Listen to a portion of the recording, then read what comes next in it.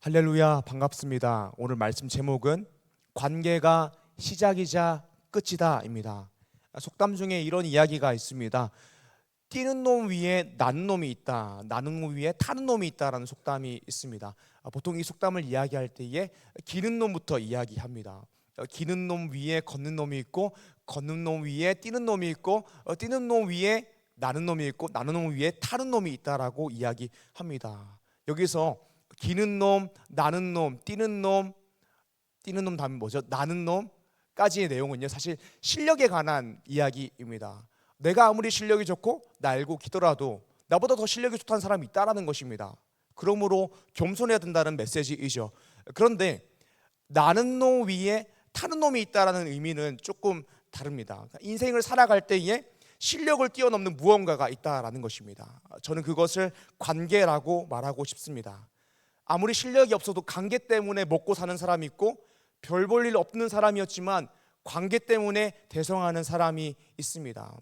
조지 볼트의 이야기인데요, 이 조지 볼트라는 사람은 필라델피아의 어느 허름하고 낡은 호텔의 직원이었습니다.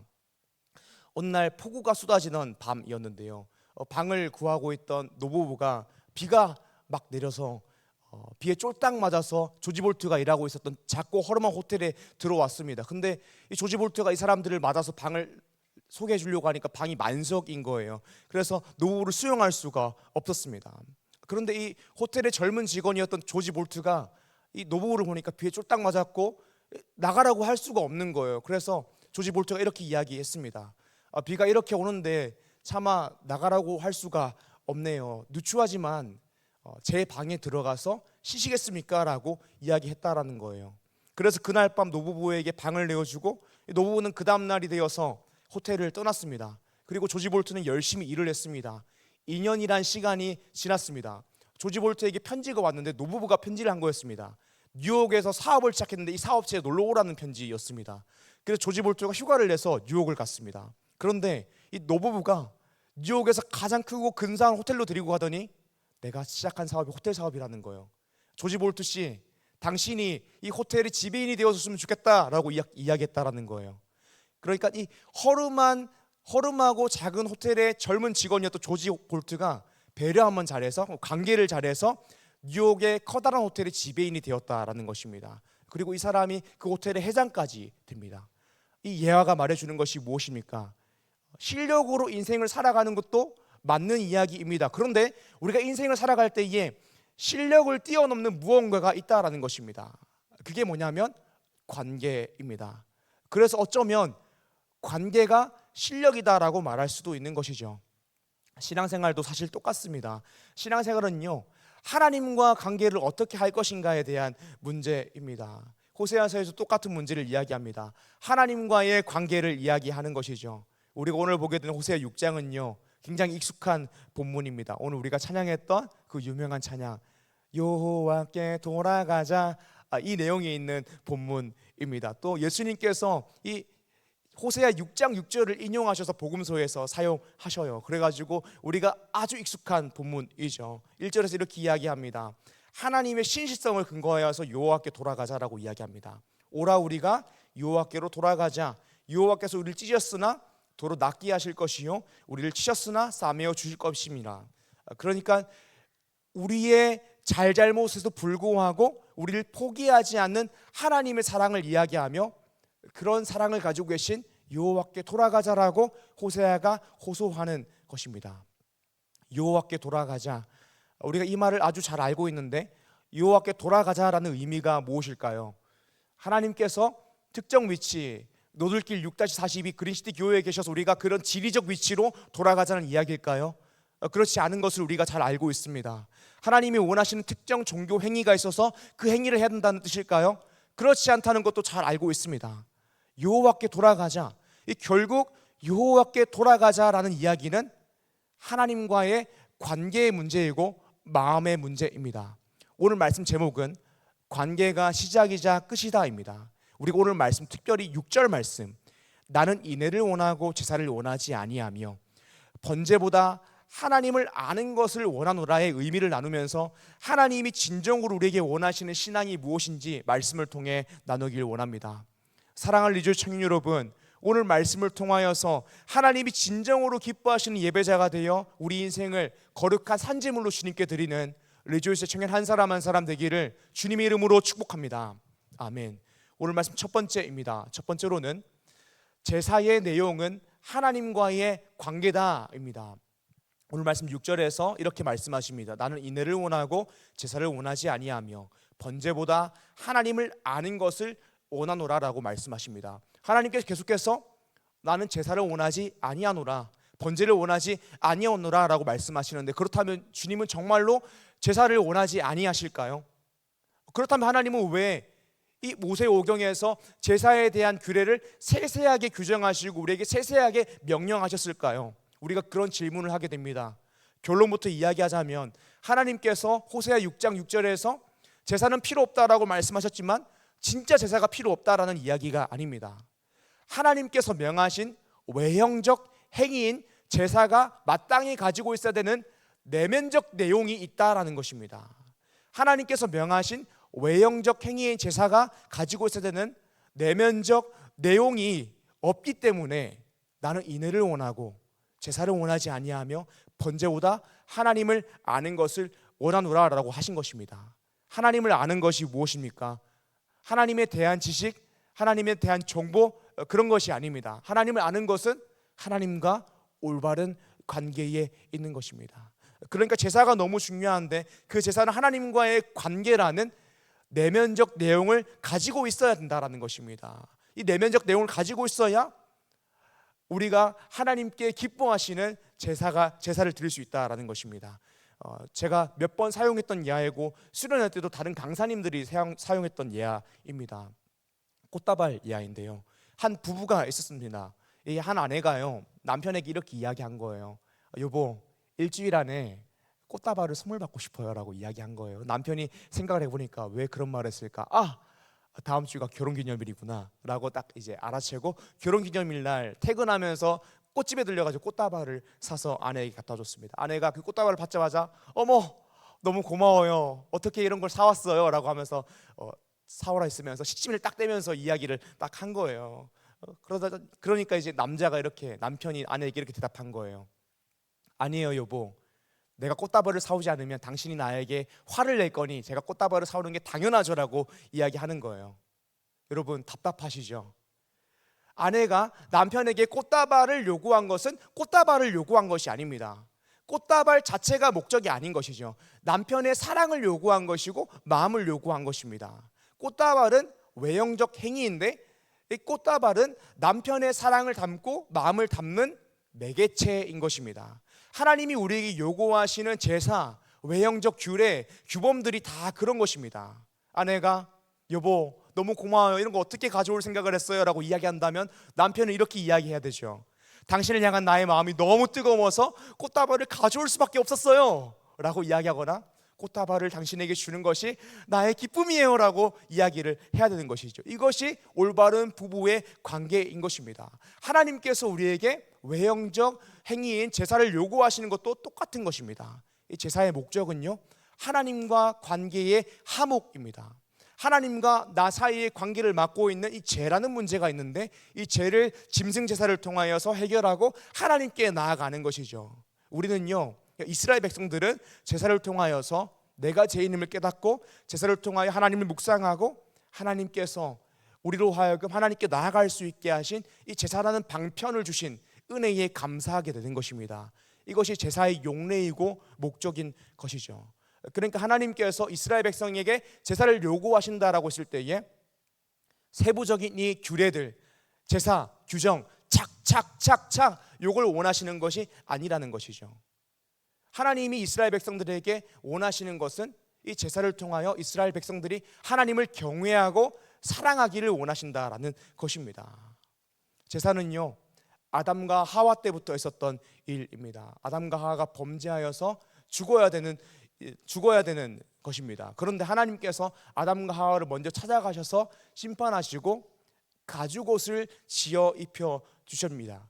가죽옷을 지어 입혀 주신다는 뜻이 무엇이냐면 하나님이 그때 짐승 제사를 드리고 용서하시면서 아담과 하와가 어떻게 제사를 드려서 하나님께 나아갈 수 있는지를 알려주신 것입니다.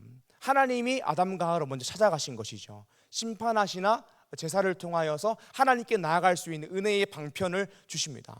하나님과 아담 사이에 있는 제사를 통하여 하나님께 나아갈 수 있도록 만들어 주십니다. 그러니까 제사라는 것은 은혜인 것이죠. 그렇게 창세기 3장의 내용이 끝나고 창세기 4장으로 가게 되면 가인과 아벨 이야기가 나옵니다. 여러분들 잘 아시다시피 하나님이 아벨의 제사는 받으시고 가인의 제사는 받지 아니하십니다. 둘 다 제사를 드렸는데 한 사람의 것은 받으시고 한 사람의 것은 받지 않으십니다. 그 이유가 무엇일까요?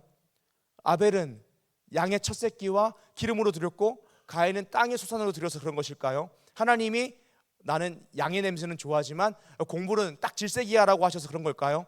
그렇지 않습니다. 구약에서 이야기하는 제사는 짐승 제사도 있지만 곡물로 드린 소제도 있습니다. 그러니까 결국 하나님께서 원하시는 제사라는 것은 외형적 행위, 외형적 형식의 문제가 아니라 제사가 담고 있는 내면적 내용이 무엇이냐에 대한 문제라는 것입니다. 구약의 제사가 신약의 예배다라고 말할 수는 없습니다. 하지만 구약의 제사가 예수 그리스도의 십자가로 성취되고 완성된 이후에 신약의 예배는 구약의 제사를 내면화하여서 예수 그리스도의 완전한 희생을 기념하고 하나님께 영광 돌리는 방식으로 재구성된 것입니다. 제사의 내면적 내용이 하나님과의 관계, 마음, 하나님을 사랑하는 것, 경외하는 것이 되어야 하듯이 우리가 하고 있는 공적 예배, 삶의 예배, 우리 인생 전체의 내면적 내용과 목적이 하나님과의 관계, 하나님을 향한 사랑, 경배가 되어야 된다라는 것입니다. 이것이 하나님께서 우리에게 원하시는 것이고 여호와께 돌아가자라고 했을 때에 하나님이 원하시는 것은 우리 인생의 내면적 내용이 하나님을 경외하고 사랑하는 것이 되는 것이라는 거죠. 요한복음 4장에서 예수님은요 예배에 대해서 이렇게 말씀하십니다. 아버지께 참되게 예배하는 자들은 영과 진리로 예배할 때가 오나니 곧 이때라. 아버지께서는 자기에게 이렇게 예배하는 자들을 찾으시느니라. 하나님은 영이시니 예배하는 자가 영과 진리로 예배할지니라. 아멘. 영과 진리로 예배드리는 것이 무엇일까요? 정말 많은 방식으로 해석할 수 있고 많은 방식으로 적용할 수 있습니다. 그러나 매우 선명하게 드러나는 것은 무엇이냐면 하나님께서 외형적 행위로서의 예배를 우리에게 요구하시는 것이 아니라 중심을 원하신다, 마음을 원하신다, 하나님과 올바른 관계를 원하신다라는 것이죠. 오늘 우리가 많은 외형적 행위를 가지고 하나님께 나아갑니다. 하나님께서 분명 외형적 행위도 요구하셨습니다. 우리가 예배당에 앉아서 주일 성수합니다. 헌금합니다. 또 제가 얼마나 설교 시간에 주일 성수를 강조하고 11절을 강조하고 교회 섬김, 봉사, 전도, 선교를 강조합니까? 그런데 오늘 말씀 6절에서 이야기하는 것은 무엇이냐면 주일 성수, 11조, 봉사, 전도, 선교 아무짝에도 쓸데가 없다라고 말씀하시는 거예요. 쓸데가 없는 게 아니라 무슨 말씀을 하신 것이냐면 주일 성수, 11조, 헌금, 교회 섬김, 봉사, 전도 아무짝에도 쓸데없다. 그 안에 나를 경외하고 사랑하는 마음이 없으면, 하나님을 인정하는 마음이 없으면 쓸데없다라고 이야기하시는 거예요.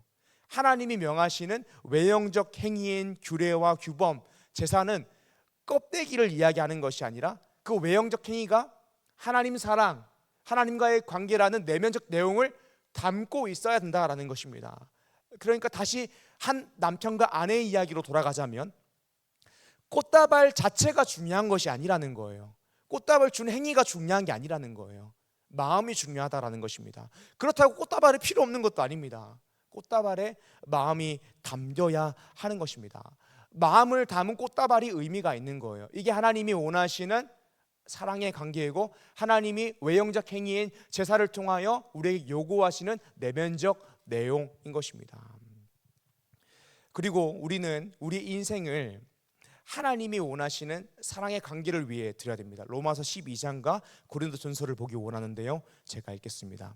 그러므로 형제들아, 내가 하나님의 모든 자비하심으로 하심으로 너희를 권하노니 너희 몸을 하나님이 기뻐하시는 거룩한 산 제물로 드리라. 이는 너희가 드릴 영적 예배니라. 아멘. 고린도전서 6장 19절에서 20절. 너희 몸은 너희가 하나님께로부터 받은 바 너희 가운데 계신 성령의 전인 줄을 알지 못하느냐. 너희는 너희 자신의 것이 아니라 값으로 산 것이 되었으니 그런즉 너희 몸으로 하나님께 영광을 돌리라. 아멘. 사랑하는 리조 청년 여러분, 로마서 12장에서는 너희 몸을 거룩한 산 제물로 드리라라고 이야기하십니다. 이것이 영적 예배라고 하십니다. 고린도전서 6장에서는 우리가 우리의 것이 아니라 성전이라고 하십니다. 하나님의 것이라고 합니다. 그러므로 우리는 우리의 인생을 하나님의 영광을 위하여 사용해야 된다라고 이야기합니다.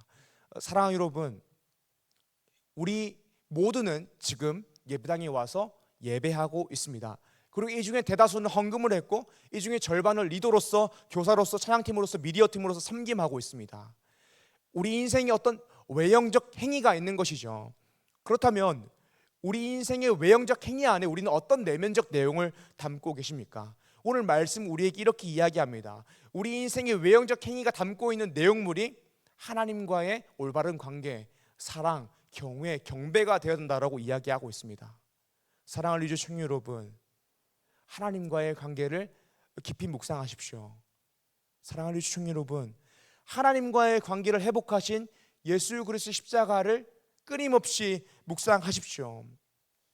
우리의 신앙생활이 무미건조하고 하나님과의 관계가 화목하지 않으면 우리 인생에 그 많은 주일 성수가 있고 11주가 있고 섬김과 헌신이 있어도 알맹이가 없으니 그것은 아무짝에도 쓸모없는 것이 되는 것입니다.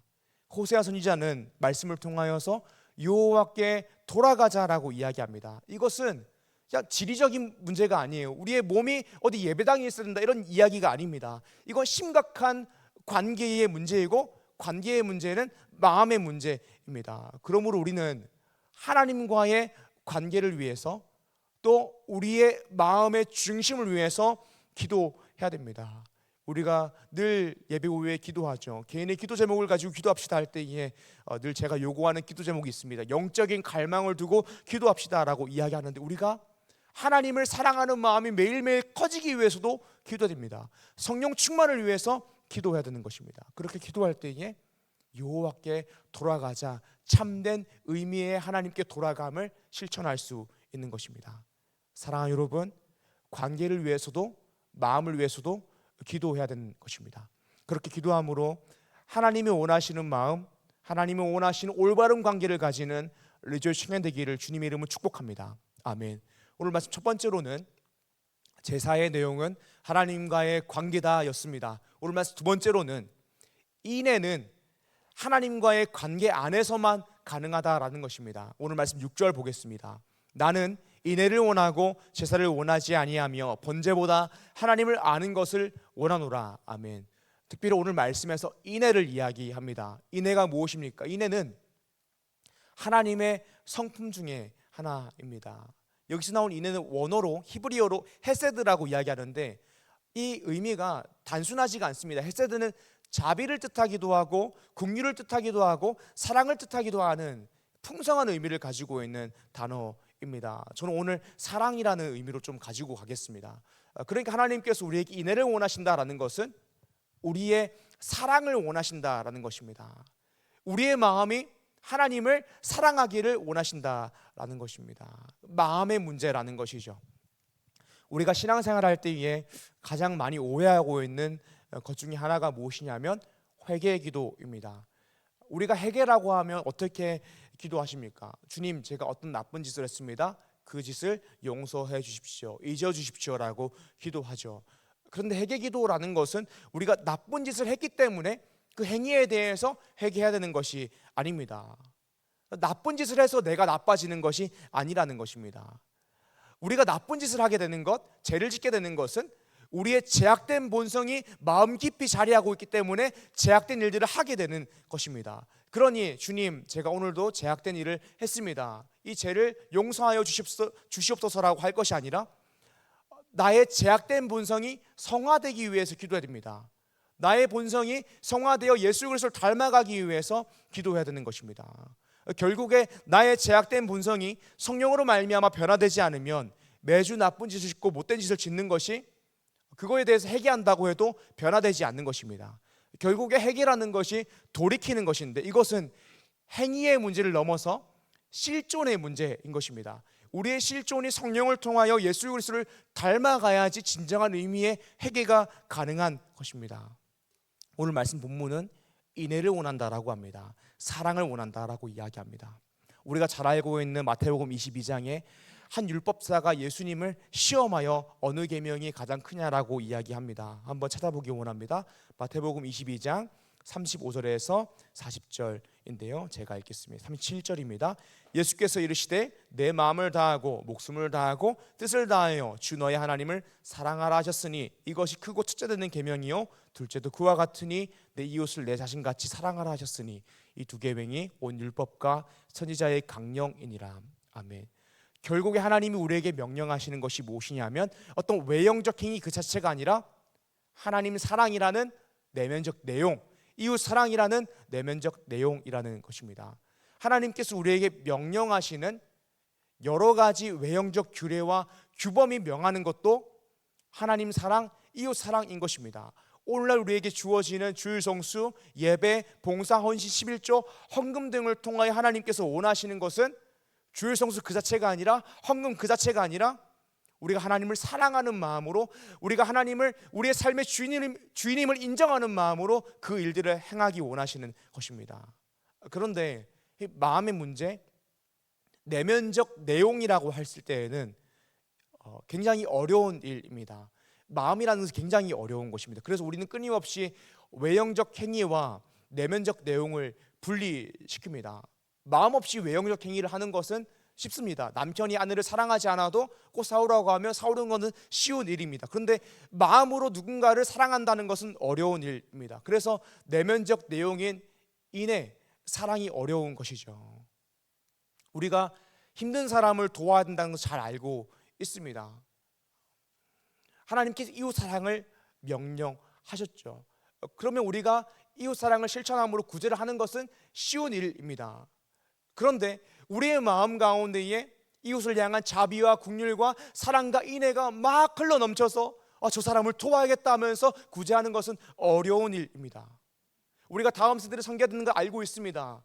마음이 뜨겁지 않아도 아이를 섬기는 것은 그냥 할 수 있는 일입니다. 그런데 우리의 마음이 늘 자비와 긍휼과 사랑과 인애로 뜨거워서 그것이 흘러넘쳐서 다음 세대를 섬기는 것은 어려운 일입니다. 리더들도 그렇습니다. 누군가는 청년들을 섬겨야죠. 그런데 마음이 뜨겁고 그 마음 가운데 자비와 긍휼과 인애와 사랑이 흘러넘쳐서 하나님을 향한 사랑이 넘쳐서 청년들을 향한 사랑이 넘쳐서 그 일을 감당하는 사람이 있습니다. 그런 사람은요 알아서 전화하고 신방하고 기도하고 말씀으로 모임합니다. 그런 사람에게는요 리더의 일을 감당하는 것이 쉬운 일입니다. 그런데 어떤 사람들 중에서는 그런 사람이 있어요. 리더든 교육부서의 교사든 분명 1년 동안 저 사람은 가장 아무것도 안 한 것 같은데 와 진짜 리더를 하느라 죽는 줄 알았다, 교사하느라 죽는 줄 알았다라고 하는 분들이 계세요. 왜 그러냐면 그 마음 안에 긍휼과 자비와 사랑과 인애의 마음이 없는데 외형적 행위를 계속 가져간다고 해서 너무 힘들었던 것입니다. 저는 그런 사람들을 비판하는 것이 아니라 그만큼 마음의 문제라는 것이 어렵다라는 것입니다. 우리가 신앙생활을 하다 보면 그럴 수 있는 것입니다. 하나님이 제사를 원하시지 않는 것이 아니라 이 제사라는 외형적 행위가 인애라는 내면적 내용을 담기를 원하시는 것입니다. 외형적 행위가 하나도 필요 없다라고 하시는 것이 아니라 너희들이 지금 가지고 있는 이 외형적 행위는 반드시 내면적 내용을 가지고 있어야 된다라고 말씀하시는 것입니다. 그런데 이 내면적 내용이라는 것은 마음의 문제이기 때문에 매우 어려운 것입니다. 인생은 마음먹기 나름이라고 했습니다. 그런데 마음먹기만큼 어려운 문제가 없습니다. 그래서 이제 작심삼일이라는 말도 있는 것이죠. 마음의 문제는 정말 어려운 것입니다. 마음의 문제는 마음이 변화를 받지 않으면 어려운 문제입니다. 그렇다면 우리는 어떻게 하나님이 원하시는 내면적 내용을 가질 수 있을까요? 고린도후서 5장 17절입니다. 제가 읽겠습니다. 그런즉 누구든지 그리스도 안에 있으면 새로운 피조물이라 이전 것은 지나갔으니 보라 새 것이 되었도다. 아멘. 사랑하는 여러분, 우리는 절대 우리의 의지와 능력으로 나의 마음을 바꾸고 하나님께 헌신할 수 없습니다. 우리는 절대 우리의 의지와 노력으로 하나님을 믿기로 선택할 수도 없고 하나님을 사랑하기로 선택할 수도 없습니다. 왜냐하면 우리의 본성은 본래 제약되었기 때문입니다. 그러므로 마음의 변화라는 것은 나의 의지와 선택으로 가능한 것이 아니라 예수 그리스도를 통하여 새로운 피조물이 되고 예수 그리스도와 연합하고 하나님의 성품에 참여할 때에 가능해지는 일입니다. 인애라는 성품, 사랑이라는 성품, 자비, 긍휼이라는 것은 나의 제약된 본성에서 자연스럽게 나올 수 있는 것이 아닙니다. 예수 그리스도를 통하여 새로운 피조물이 되고 그리스도와 연합하여 하나님의 성품에 참여할 때에 가능해지는 것입니다. 사랑하는 여러분, 우리 중에 인애, 사랑, 자비, 긍휼이 없어서 외형적 행위로서만 봉사하고 있는 청년들이 있을 수 있습니다. 여러분들이 하고 있는 신앙생활, 봉사가 의미 없는 일이 아닙니다. 오늘 말씀이 이야기하는 것이 무엇이냐면 제사라는 외형적 행위는 올바른 내면적 내용을 가져야 된다는 것이죠. 그러므로 우리가 감격이 없으니, 보람이 없으니, 마음이 없으니 내려놓겠습니다, 감격이 없으니 보람이 없으니 예배하지 않겠습니다 라고 하는 것도 잘못되는 것입니다. 제가 나중에 마음이 생기면 그때 예배하고 봉사하겠습니다 라고 하는 것도 잘못된 것입니다. 우리가 진정 예수 믿고 구원받은 하나님 나라 백성이라면 내가 외형적 행위를 함과 동시에 내면적 내용이 없어지면 우리 안에 인애, 자비, 긍휼, 사랑이 넘쳐나기 위해서 기도해야 되는 것입니다. 그것은 예수 그리스도와 연합되기 위한 기도이고 하나님의 성품에 참여하기 위한 기도입니다. 우리 인생의 모든 상황이 해결될 수 없고 신앙생활의 어려운 시기를 지나갈 수 있습니다. 언제는 우리의 마음이 너무너무 뜨거워서 주님, 예루살렘과 온 유대와 사마리아 땅끝까지 나아가 주님을 위해 살겠습니다 라고 하며 봉사하기로 선택하고 헌신하기로 선택하는 사람들이 있을 수 있습니다. 땅끝까지 나아가서 복음을 전하고 있을 수도 있습니다. 그런데 땅끝까지 나아갔는데 내 마음 안에 있는 내면적 내용이 그때 없어질 수도 있습니다. 그러면 땅끝에서 돌아오는 것이 맞는 것입니까? 그렇지 않은 것입니다. 우리는 외형적 행위를 함과 동시에 내면적 내용, 긍휼과 자비와 인애와 사랑이 내 마음 가운데 넘쳐나기 위해서 기도해야 되는 것입니다. 신앙생활이라는 것, 사람이 바뀐다라는 것, 하루아침에 바뀌기도 합니다. 그런데 대부분 하루아침에 바뀌진 않습니다. 그렇지만 하루아침에 바뀌는 신앙생활의 마음가짐, 감격이라는 것은 오늘부터 매일 내가 나 자신을 부인하고 그리스도의 십자가를 묵상하고 그리스도와 연합하기 위해서 하나님의 성품에 참여하기 위해서 기도하는 시간이 매일매일 쌓일 때에 하나님은 그 기도하는 시간을 통해서 우리를 매일매일 만들어 가십니다. 그리고 시간이 지나고 우리 인생을 뒤로 돌아봤을 때에 하나님께서 우리를 매일매일 조금씩 성장시키셨기 때문에 내가 한순간에 변화했구나라는 그 사실을 깨닫게 됩니다. 사랑하는 리주 청년 여러분, 결국에 하나님이 우리에게 원하시는 것이 무엇입니까? 여호와께 돌아가자라는 의미가 무엇입니까?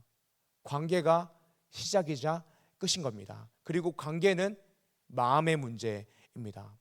우리는 마음의 문제를 위하여 기도해야 됩니다. 성령 충만을 위하여 기도해야 됩니다. 하나님이 진정으로 원하시는 온전히 영과 진리로 예배드리는 예배자가 되기 위해서 기도해야 됩니다. 성령 충만이라는 것은 하나님의 통치를 받는 것이고 자기 자신을 부인하는 것입니다. 나의 제약된 본성이 일하지 않게 하는 것이고 내 마음 가운데 내주하시는 성령님께서 역사하시게 하는 것입니다. 여러분들의 제약된 본성에서 나오는 것 중에 좋은 것은 하나도 없습니다. 그러므로 우리는 우리의 마음을 위하여 기도해야 됩니다. 사랑하는 리조 청년 여러분, 결국에는 마음을 위하여 기도하는 것입니다. 그렇게 마음을 위하여 기도함으로 하나님의 통치를 받아 하나님이 기뻐하시는 내면적 내용인 인애, 자비, 긍휼, 사랑이라는 것을 가지고 있는 예배자 되는 리주 청년 한 사람 한 사람 되기를 주님의 이름으로 축복합니다. 아멘. 이 시간 오늘 말씀 기억하시면서 함께 찬양하고 기도하길 원합니다.